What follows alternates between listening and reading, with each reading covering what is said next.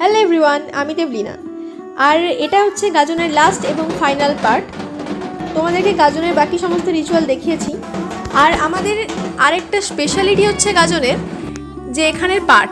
অন্যান্য জায়গায় পাট ভক্তেরা মাথায় করে নিয়ে যায়, কিন্তু আমাদের এখানের পাটের স্পেশালিটি হচ্ছে যে পাটের উপর যে পেরেকগুলো গাঁথা আছে সেগুলোর উপর একজন শুয়ে থাকে এবং তাকে বলা হয় পাট ভক্তে, যে শুয়ে আছে। আর যে দাঁড়িয়ে আছে তাকে বলা হয় ধামাত কন্যা। আর গ্রামবাসীরা সবাই মিলে সেই পাটকে কাঁধে করে একদম পুকুর থেকে পুরো মন্দির পর্যন্ত নিয়ে যায়। এটা বেশ কয়েক ঘন্টা টাইম লাগে নিয়ে যাওয়ার জন্য। এরপর পাটটাকে 3বার মন্দিরের চারদিকে প্রদক্ষিণ করানো হয়। যতক্ষণ না সেটা হচ্ছে ততক্ষণ সবাই প্রচুর নাচতে থাকে। আমরাও নাচ করেছি, সেটা হচ্ছে ভিডিওর লাস্টে আছে।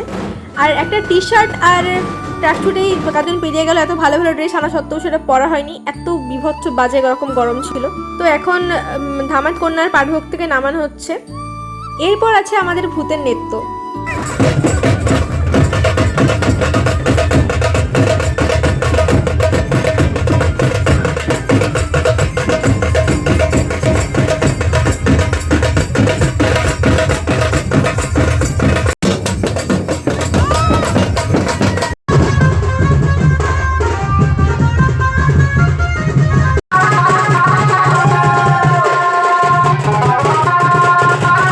দেখা হচ্ছে নেক্সট ব্লগে। টাটা।